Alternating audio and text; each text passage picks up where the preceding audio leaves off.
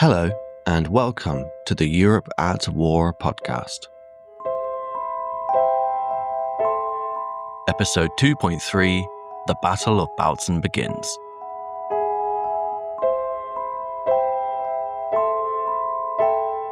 In the early hours of the 16th of April, 1945, the people of Berlin, Brandenburg, and Saxony were still fast asleep in their beds, looking forward to a quiet, uneventful day. For that brief moment, all was quiet on the Eastern Front, until an apocalyptic artillery and aerial barrage was unleashed from the vast Soviet armies stationed along the Oder and Neisse rivers. For the next few hours, the German defenders stationed on the west bank of these rivers would be subjected to a terrifying spectacle of firepower and misery. And this barrage signaled the starting gun on the final chapter of Nazi Germany. Once the barrage ended, along the Oder directly east of Berlin, the 1st Belarusian Front launched their attack on the German Army Group Vistula positions around the Zilo Heights. Whilst to the south, Marshal Konev's 1st Ukrainian Front launched their assault over the River Neisse. As planned, the right flank of the 1st Ukrainian Front focused its attack on German positions to the north of the River Neisse, targeting the area between Forst and Bad Muskau. Here, they quickly penetrated through the smashed-up German defences, and over the next few days, this main thrust from Konev's front would maintain its lightning-fast drive across Brandenburg, and soon they would be knocking on the doors of South Berlin.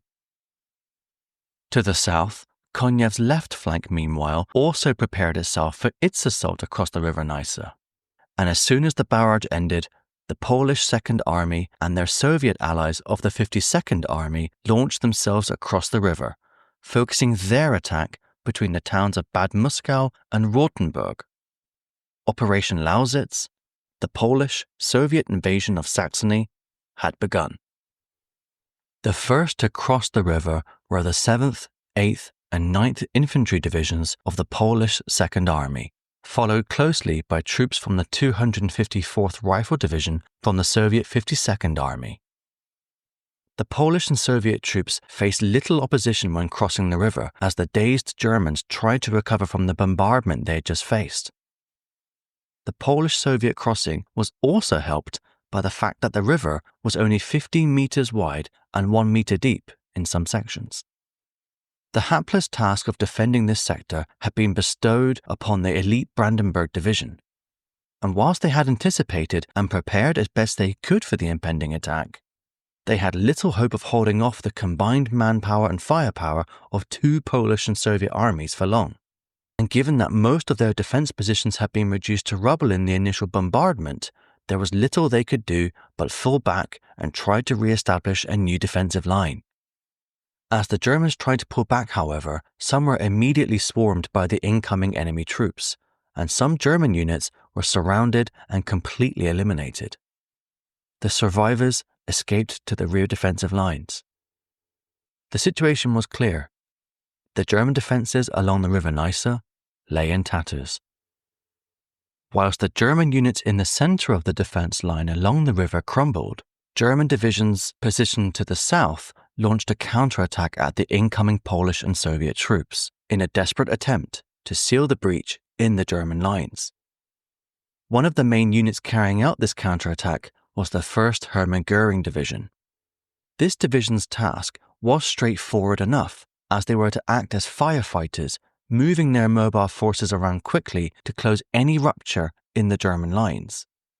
But the Poles and Soviets had anticipated this, because in their reconnaissance of German positions over the previous days, they had identified that the strongest German forces were stationed to the south of their planned river crossing. So as the Polish and Soviet troops came across the river, they immediately secured their southern flank with tanks and anti-tank guns in order to fend off the expected German counterattack. The fighting between the 1st Hermann Göring Division and the incoming Polish and Soviet armies was intense. And on the first day alone, the Hermann Göring Division destroyed 31 Soviet tanks.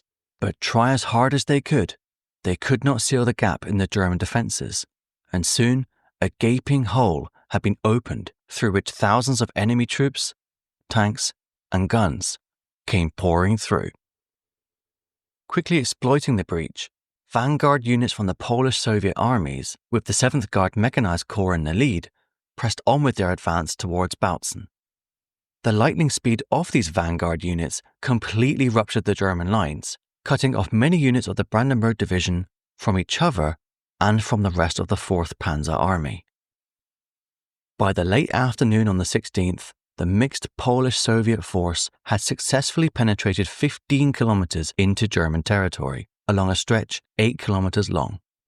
They pressed on, and by the end of the day, they stood at the second major German defense line at the Weißenberg River. In Bautzen, the opening salvos of the 1st Ukrainian Front's monstrous artillery barrage on the morning of the 16th were heard by the people in the city. Many of them thought it sounded like distant thunder. When the barrage ended, an eerie silence fell upon Bautzen, and the people wondered why no official announcements were being made by the authorities to explain what was going on. The people of Bautzen wouldn't have to wait too long, however, to understand the situation, because at 4 p.m. in the afternoon, Soviet fighter planes descended from the skies and launched a bombing raid on the city. Ironically, the fighter planes were probably attracted by the presence of hundreds of German troops who were marching to witness an execution of 2 German soldiers sentenced to death for desertion. Clearly, the assembled mass of soldiers had presented the Soviet pilots with an opportunity that was too good to pass up. In the nearby AEG factory, the 200-strong workforce fled to the cellars as soon as they heard the first bombs fall. These cellars, however, were not intended to act as air raid shelters, and thus they only had thin ceilings to cover them. Not having any better option, the workers packed themselves into the rooms, sharing the space with hundreds of forced foreign labourers, mostly women and girls. Curiously, some of the forced foreign labourers were captured fighters from the Warsaw Uprising, and most of them were students. When the attack ended, the mass of people left the cellars, and they stumbled outside onto the smoke-filled streets, where the roads and pavements were covered in glass from shattered windows. Further bombs also fell elsewhere in the city, with a parade of Hitler Youth boys being hit on Paulusstrasse. This opportunistic Soviet bombing raid had caught the Bautzen defenders completely off guard. No air raid signal had gone off, and the flak guns stationed around the city hadn't even opened fire on the Soviet planes. Only after 20 minutes had passed did the first policeman even turn up to block off the affected streets.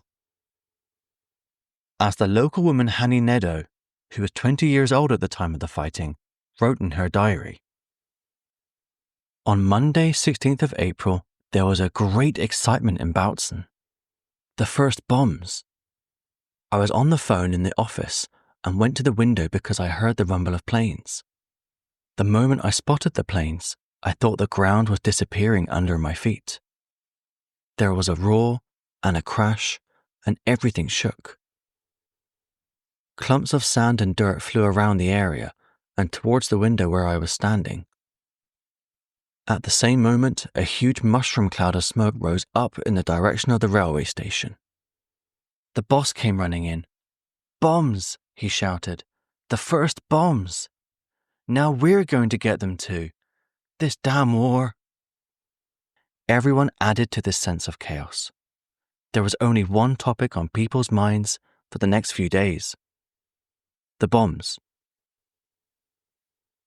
In response to this first bombing raid, the mayor of Bautzen issued a statement in the Bautzener Tagesblatt the next day, informing the people that because Bautzen now found itself too close to the front line, there wasn't enough time for air raid signals to be given due to the short flying distances of the attacking planes. He then added a very helpful instruction to the people, saying that if further bombing raids were to hit the city, then they should make it their first priority to seek shelter due to the danger. Thanks, Mr. Mayor. The last action of note for the 16th of April is the curious story of the 10th SS Panzer Division Frundsberg, positioned close to Görlitz. As 4th Panzer Army headquarters scrambled around for reserve units who could be rushed into the front line to repel the Polish and Soviet onslaught, the Frundsberg Division was given multiple assignments. First, they were ordered to assist in the defense of German positions to the north of Görlitz. Then these orders were immediately followed by new panic demands that the Frundsberg Division race further northwards to assist in the urgent defense of the towns of Cottbus and Spremberg in southern Brandenburg. Whilst repositioning themselves to fulfill these new orders, the division passed through Bautzen.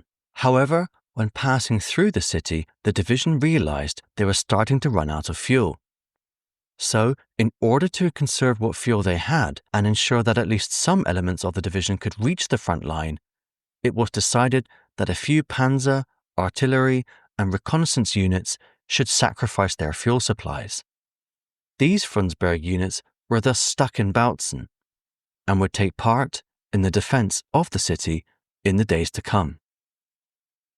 The Polish and Soviet attack continued on the 17th of April, and there was little the German defenders could do, as defensive line after defensive line, particularly to the north of Görlitz, was penetrated by the incoming Red Army forces. But despite these rapid advances, the first warning signs were starting to appear for the Polish and Soviets, as their determination to push on towards Dresden as quickly as possible led them to ignore two critical threats.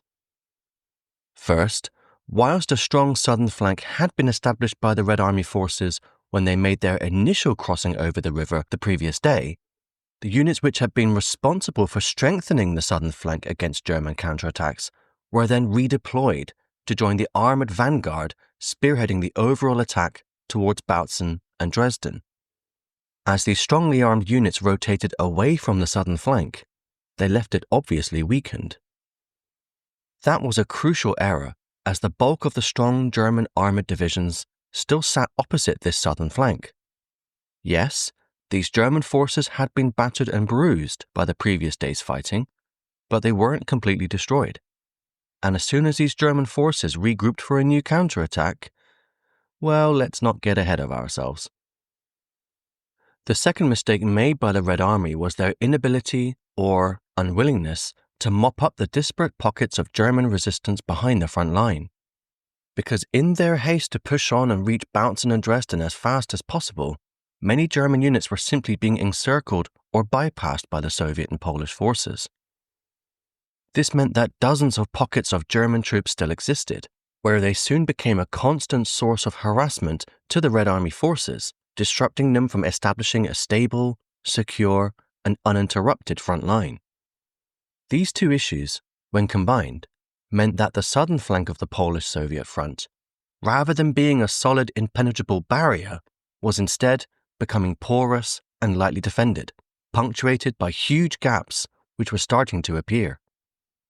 Nevertheless, the momentum was still clearly with the attackers, and their rapid advance, led by the 7th Guards Mechanized Corps, was causing complete disruption of German communications and the scattering of German forces. The Polish Second Army pressed forward and pushed through a gap in the German lines in the forest area between Riechen and Niesky, putting the defending forces here in danger of complete encirclement. In response, the Germans once again tried to close this breach in their lines, with a rapid transfer of the 20th Panzer Division and the 1st Hermann Göring Division. As the day progressed, the Soviets captured the town of Weißwasser, and the remaining forces of the Brandenburg Division were caught in multiple frontal assaults, which broke up the division into even smaller pockets. Some units nevertheless managed to withdraw, and they fell back to the town of Niesky, where they set up defensive positions around the train station. This stubborn resistance by the Brandenburg Division was frustrating the Polish-Soviet advance, and elements from the division were even defeating the attacking forces in small localized engagements. For instance, at 3 p.m. on the 17th, the Armoured Assault Engineers Battalion from the Brandenburg Division, who were stationed in Horka, 5 kilometers east of Niesky, faced off against a huge Soviet assault containing more than 100 armoured vehicles. The Soviet armoured assault was spearheaded by a phalanx of powerful T-34 tanks, but the engineers, armed only with an assortment of 88mm guns and Panzerfausts, held their ground and managed to destroy over 40 Soviet vehicles, stalling their advance. But this moment of victory was fleeting. The Soviets responded to this setback with an artillery barrage at 9 p.m.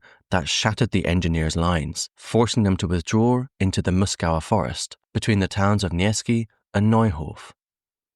This engagement showed how, despite the mauling the Brandenburg Division was receiving from the Polish-Soviet forces, elements were managing to fall back and escape destruction.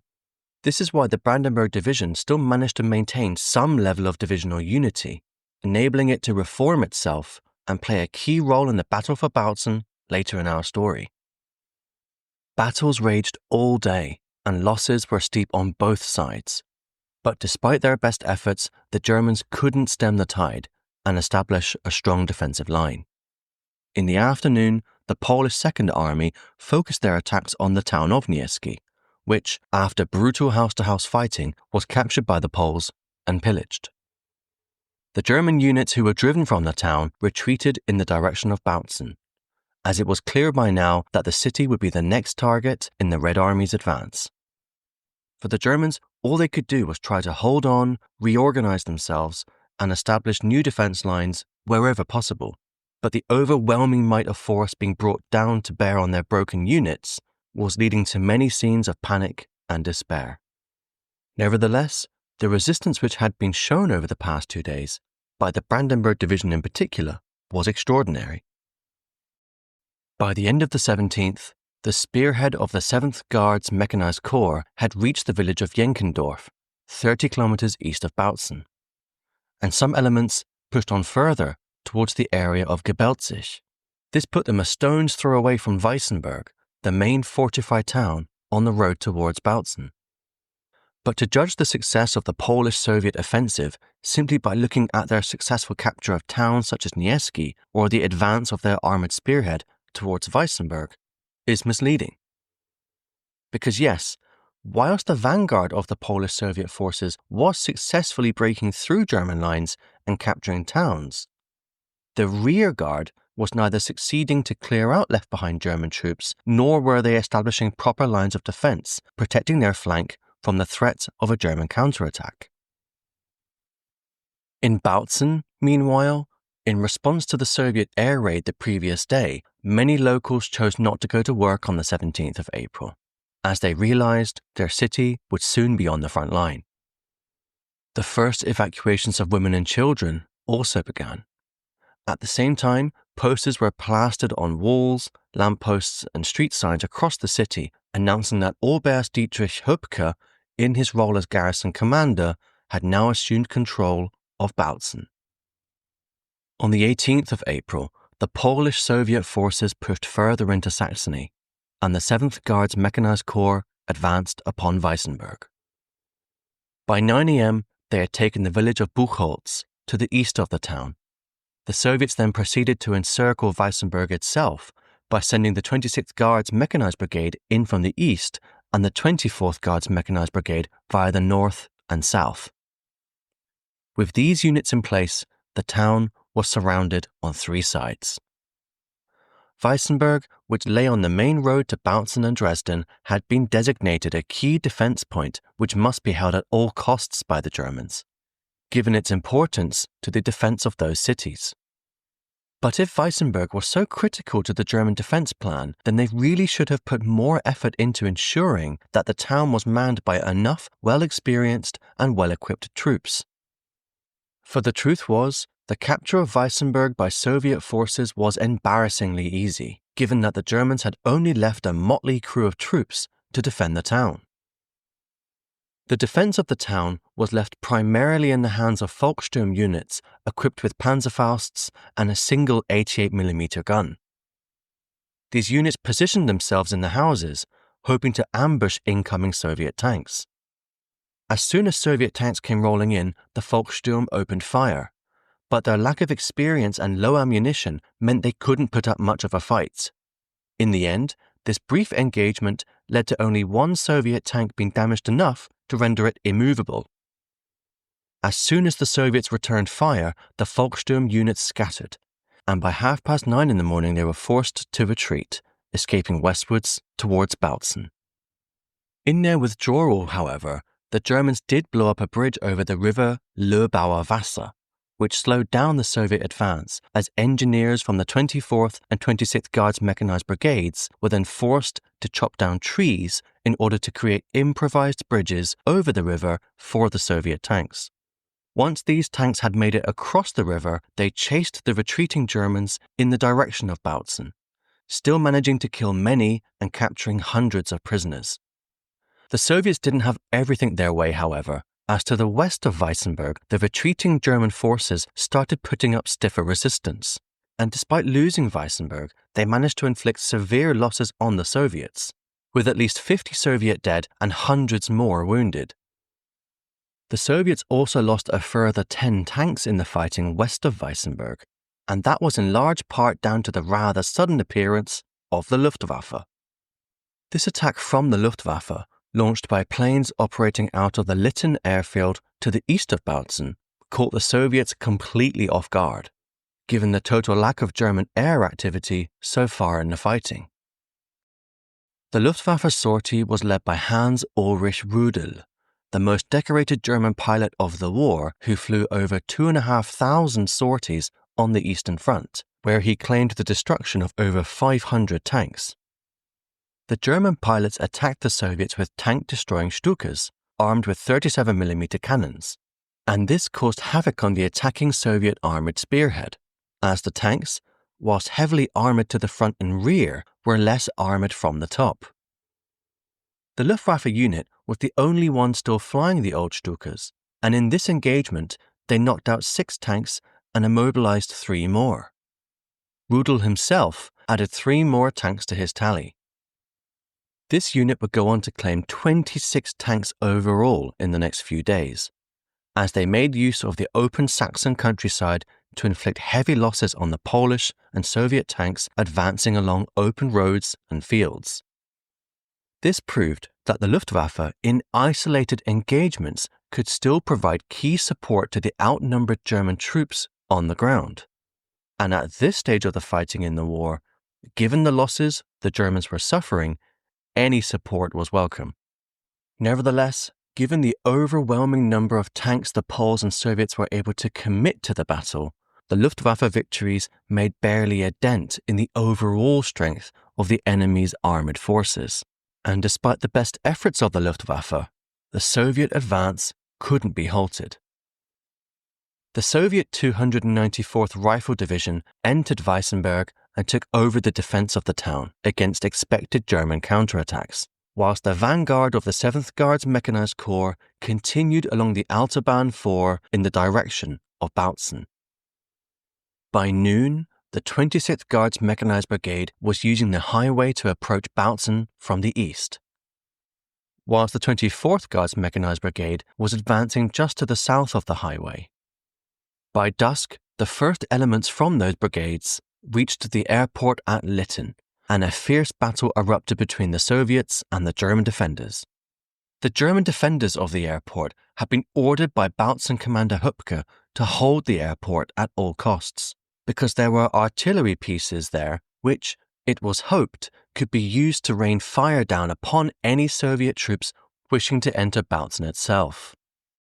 In the fight for the airport, the 88mm gun stationed at the battery managed to destroy 3 Soviet trucks, and a Volkssturm anti-tank company also hit the Soviet infantry of the 24th Guards Mechanized Brigade.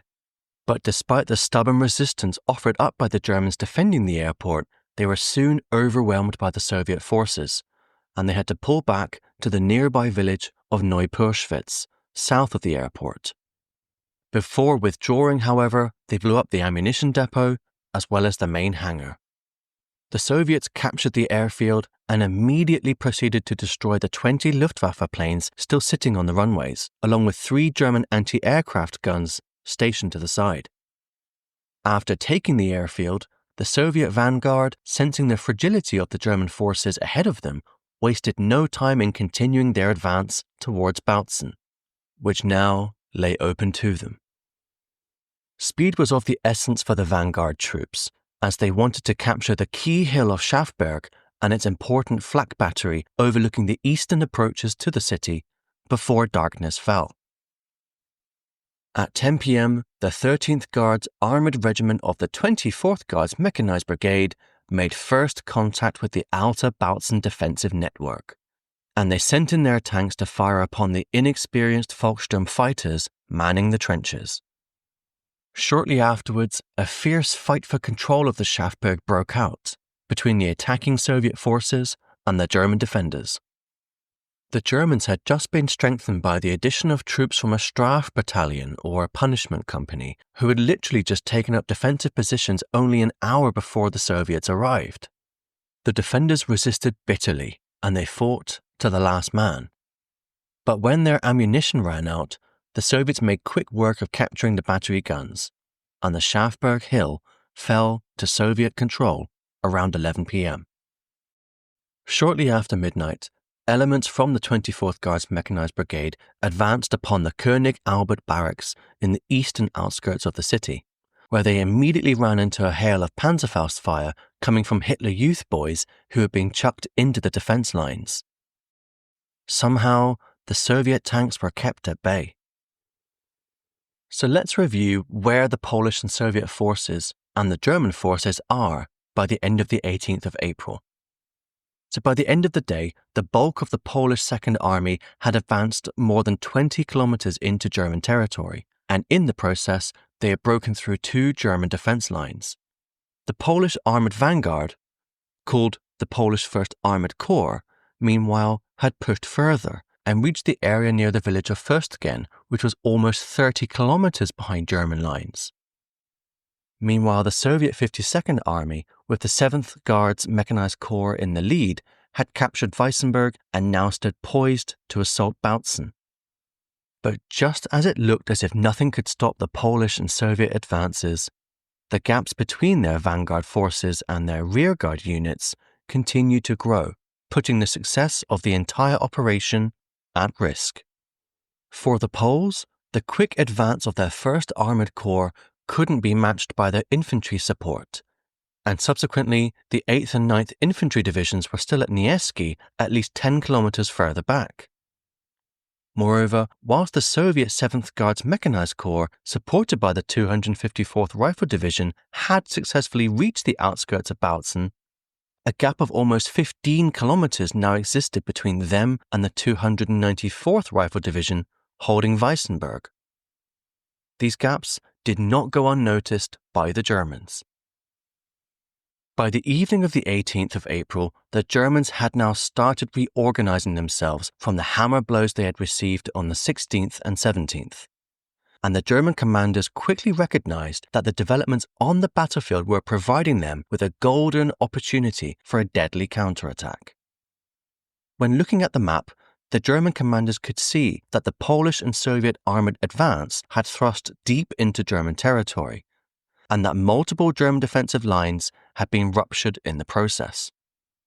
Simply put, the Germans knew there was little they could do to stop the advance of the Polish-Soviet armoured spearheads. However, they could also see that this armoured thrust was fragile, and that, in their zeal to reach Bautzen and eventually Dresden, the Poles and Soviets were failing to secure their flanks. Plus, the Germans could see the gaps which had appeared in the Polish-Soviet lines, due to the infantry's inability to keep up with the speed of their tanks in the vanguard, and these gaps were increasing by the hour. Ferdinand Schörner wasted no time in exploiting these weaknesses in the Polish-Soviet lines, and he started planning a huge counterattack. And his plan was certainly ambitious.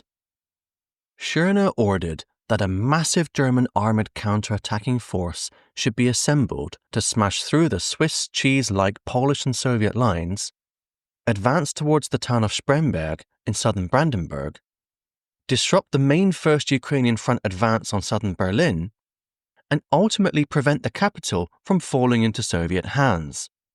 Yes, that's quite the tall order indeed. Now, obviously, the feasibility of this plan was remote to say the least, given the distances involved and the strength of the Soviet forces, which became increasingly more formidable the closer you got to Berlin. But the first objective of this plan, breaking through the Polish-Soviet lines in Saxony and cutting off the armoured spearheads from the infantry support, was feasible, given the situation on the ground. So to test this theory out, the 4th Panzer Army started probing the Polish-Soviet southern flank on the 18th, and they enjoyed some limited successes.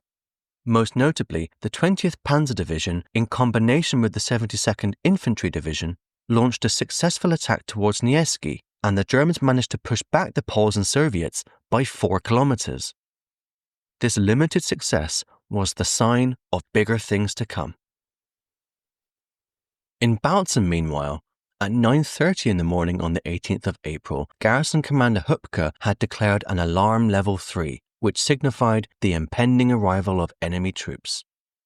He moved into the command headquarters at the Ortenberg Castle, and Bautzen's bridges were wired with explosives. He ordered that defense positions and anti-tank barriers in and around the city were to be manned immediately, and Volkssturm units were also sent to man the defense trenches on the outskirts of Bautzen. Meanwhile, the internal defense ring within Bautzen was also sealed off. To assist with the outer defense of the city and to report on the movements of the approaching Soviet forces, Panzerjagd commandos and cavalry units were ordered to block the roads leading into Bautzen, particularly from the eastern direction of Lauska, Kołtitz, and Weißenberg. At 11:30 on the 18th, the Panzerjagd commandos reported that the village of Lauska, west of Weißenberg, was under attack from Soviet tanks. And 1 hour later, 5 Soviet T-34s were reported on the road between Löbau and Weißenberg. It didn't take long for the people of Bautzen to hear about the Soviet advance, and a rumor quickly spread that Weißenberg had fallen. The people tried to console themselves, however, that Soviet troops surely wouldn't come any closer than that. This illusion was soon dispelled, as by early afternoon, reports reached Bautzen that Soviet tanks and infantry were nearing Gröditz, just to the east of the city. In response to these Soviet encroachments, at 4 p.m., Garrison Commander Hupke ordered that the road bridge by Orna, to the north of Bautzen, be blown, and following the explosion, thick black smoke drifted over Bautzen. The Bautzener Tagesblatt, on its front page, informed the people of Bautzen that breaches in the German defences along the River Neisse couldn't be sealed, due to the ferocity and force of the Soviet attacks. To calm the people, however, they also added the propaganda line that German counterattacks were frustrating the Soviet advance. Paradoxically, however, despite the assurances of German counterattacks, civilians were ordered to evacuate Bautzen, and the men, women, and children who weren't involved in the defense of the city started assembling in the streets and squares with their belongings. At the same time, in a ratcheting up of the draconian measures the authorities were now employing to keep people in line, an announcement was made that a new drumhead martial law court was being established in Bautzen. This court, the people were told, was responsible for all criminal offences that endangered German fighting strength or determination to fight. If necessary, the court could issue death penalties, and if so, these sentences were to be carried out immediately. In the evening, the entire Volkssturm in the city was activated, with the message that enemy tanks were outside the city. By 10 p.m., huge crowds of civilians had assembled in the designated evacuation areas, such as on the Hauptmarkt or on Rosenstrasse. Here, they waited to be evacuated out of the city on the dozens of trains and transports which the Nazi authorities had promised them would be there. In reality, the authorities had only managed to scrounge together a few cars and trucks, and fights soon broke out amongst the panic-stricken people for the pitiful number of spaces available. To make things worse, Bautzen then suffered a complete power cut, throwing the city into darkness and chaos. A woman from Bautzen later described her ordeal of waiting to be evacuated from the city. Now the blasting and artillery fire began, and we realized that the final hour had probably come for us. The artillery rumbled louder and closer. Now it was time to pack up. We were given our marching orders, 8:30 p.m. at Rosenstrasse. Headless, we ran through the rooms of the house to save what we could. Perhaps it was a good thing that everything happened so quickly, as there was no time to think. I rummaged through all of the drawers and even dared to put a note on my father's desk. Keep everything in order, we had to leave in a hurry. Then, one last look around all of the rooms, and we had to load the cart under the terrible thunder of artillery. Then there was an air raid alarm, and a blast took our breath away. We weaved our way between Wehrmacht cars bringing back wounded soldiers from the fighting at the airfield east of Bautzen. Fellow evacuees stood on Rosenstrasse with carts, luggage, and children. The constant shelling made everything so restless that nobody thought they would ever get out of this hell. I'll never forget that eerie night, with its crashes, planes, and children screaming. All throughout the night, we squatted either in a nearby cellar or outside on the streets, on our luggage, waiting to be evacuated. Lorries were supposed to come, but no car came, and the next day, on the 19th of April, at 5:45 a.m., we all had to set off in our carts, leaving Bautzen on foot.